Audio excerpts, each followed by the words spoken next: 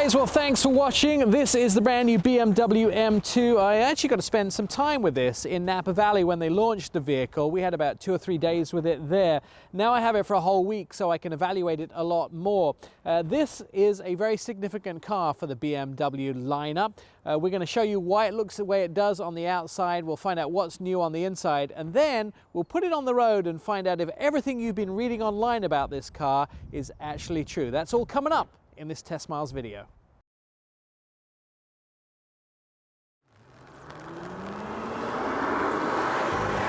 All right, popping the hood up of the brand new BMW M2, and in most modern cars you'll see this. It's a plastic cover. Yeah, if you have a car in the last 5 years, you can't see much of the engine. Take this off, it's pretty easy. It's usually mounted with just clips, and you can see under there a inline 6 with twin scroll turbos. This vehicle actually gets 26 miles a gallon. The 0 to 60 times around 4 seconds to 4.4. Depends on who's driving the vehicle.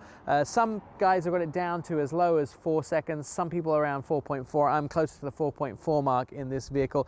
365 horsepower. This is a modified engine that BMW already had, and they've really modified it to put it inside the M car.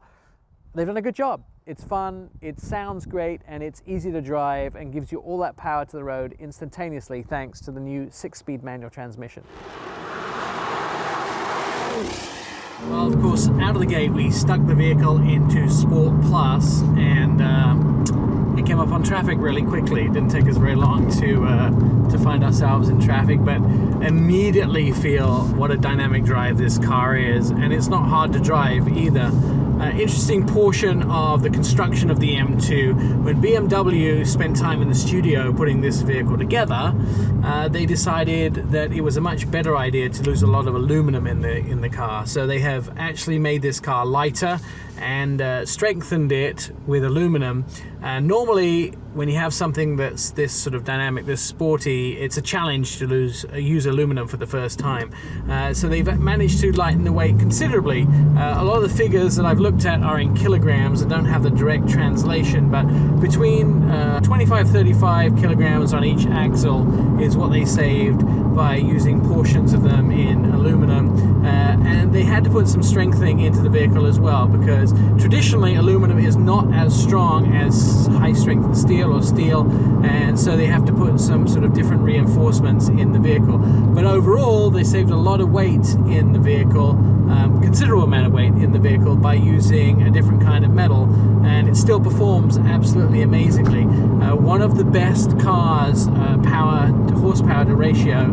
I think it's about 25-35 brake horsepower per ton, which means that there's an awful lot of power when it comes to a vehicle of this size. Exactly, it's very nimble, that's what that means. Now besides all that aluminum, it uses the lightweight front and rear axle from the M3 and the M4, so once again they're just losing all the weight, making this the lightest weight M car that they have. One of the things that BMW is very anxious to do with their M cars is to really show that they can take everything from their motor racing teams and bring it into a car which is available off a car lot. So a lot of stuff you'll see in this vehicle has been developed, of course, on the motor racing courses. And if you look at Nürburgring for this vehicle, just by 2 seconds it got around the Nürburgring in under 8. So 7:58 was the time around the Nürburgring, which is quite considerable. A small car like this is extremely dynamic when you add the whole BMW M genre into it. And then we throw around the word sporty all the time, and this M2 really kind of puts that into perspective for everybody, because when you really get on it, not only do you hear the car, you feel it in the bottom of your pants as they drop into the seat. I literally love the sound of this car, the burble as you drop gears. It sounds so incredible. It's one of those things where you can just sit and listen to the car. Even at low revs and low torque, it has that nice exhaust rumble at the bottom end as well. So it's not only when you put your foot down, but it's often when you're I'm just doing like 25 miles an hour now, and even when I take my foot off the accelerator, you get the gurgling from the exhaust.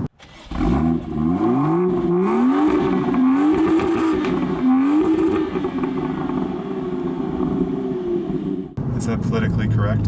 What, gurgling? Gurgling? I think it's one of those things where you just pronounce the word as it sounds.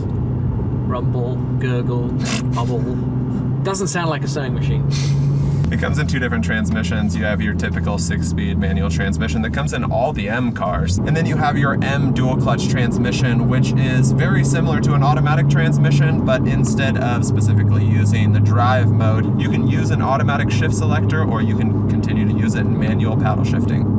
Now, like Nick said, there really isn't a whole lot of competition for this, but there's 2 Mercedes. We got the C63 and the C43. Neither one of them is equivalent to the horsepower to weight ratio of the M2, but you know, they're kind of equivalent. They're both AMGs, so we have that hand-built quality and that performance that is similar to the M performance. And then you have the Audi S5, which is just kind of like a personal thing for me because any 2-door car that we're comparing automatically goes to the Audi S5. And honestly, this is a hell of a lot faster than the Audi. When I built this car online, there was only 4 options that I could choose from. One of them was the paint color, one was the black kidney-shaped grille, and then there was a couple of option packages as well.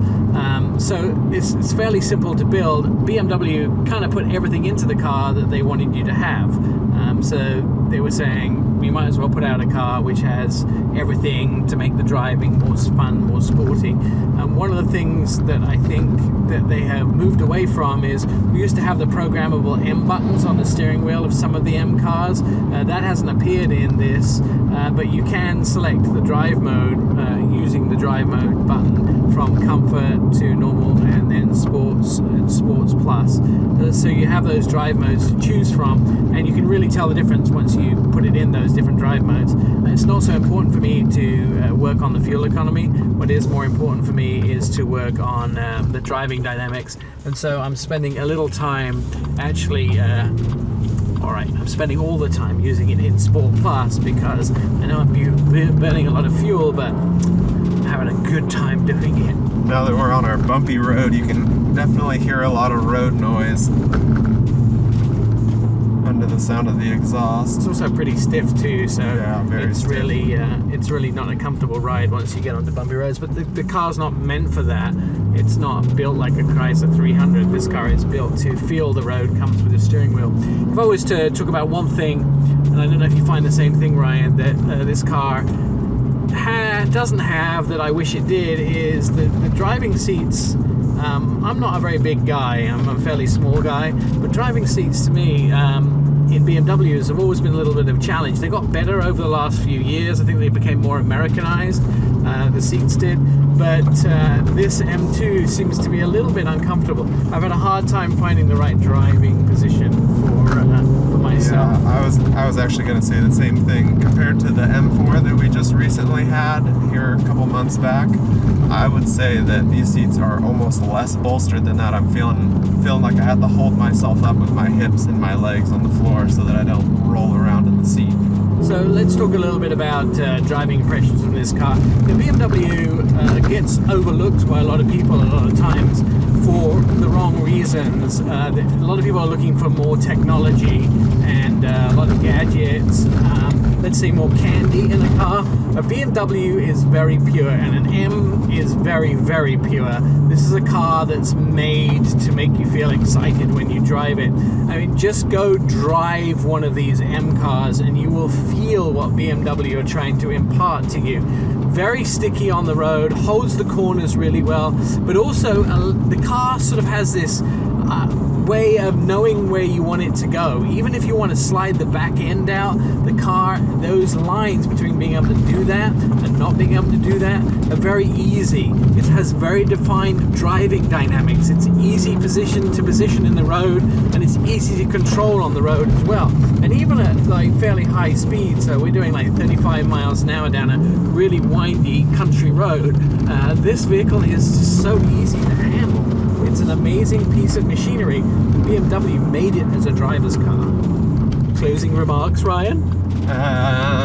If you were to directly compare this to the M4 that we had recently, what would you say is the better of the two?